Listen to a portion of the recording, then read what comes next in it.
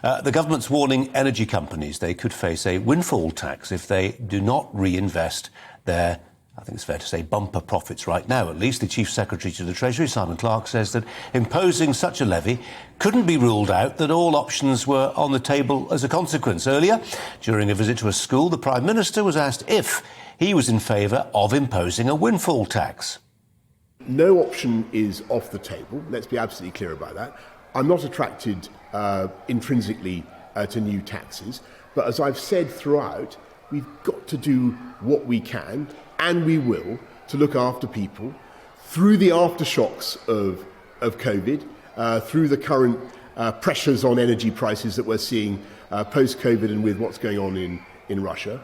And we're going to put our arms around people just as we did during the pandemic.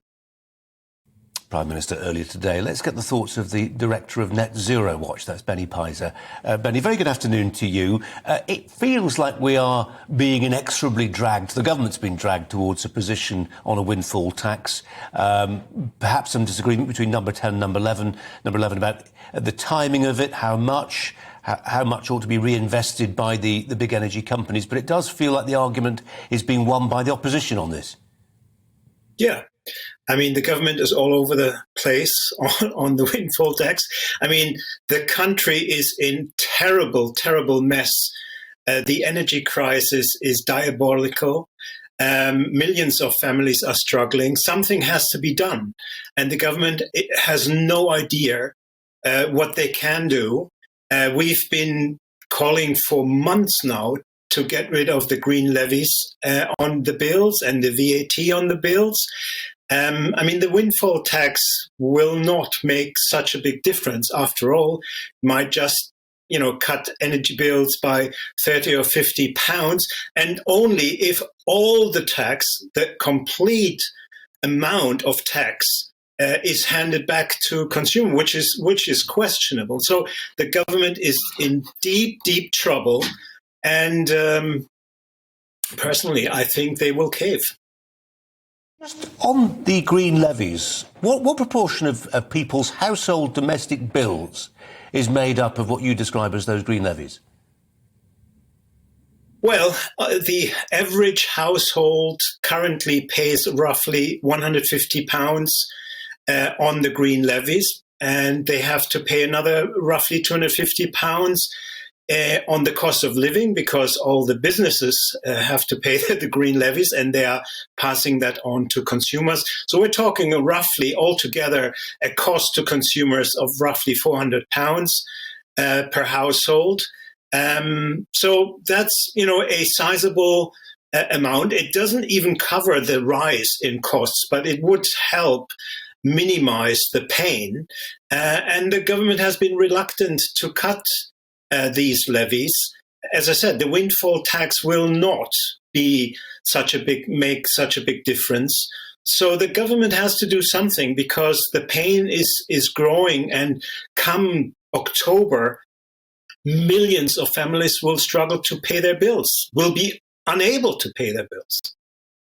Mr. Director of Net Zero Watch, appreciate your time, Benny. Thanks very much indeed. Michael Portillo alongside me. Something must be done. It's the oldest cry in politics. But what? Well, I think the windfall tax is a little bit of a red herring, because nobody quite knows how you would spend this money. And that is the big problem. The government needs to know how it can get money to people that need it and not give it to you and me, who frankly do not. And so if you cut energy bills, of course, you're cutting them for everyone, whether they're in need or whether they're not. The windfall tax just gives you a little bit more money than you had otherwise, but the decision as to how you reach people who are vulnerable remains. I would have thought probably the most likely thing by now is that the universal credit, which is uprated once a year, you would bring forward the uprating, because what's happening at the moment is that people are suffering inflation now, and that inflation won't be recognised until their benefits go up next April.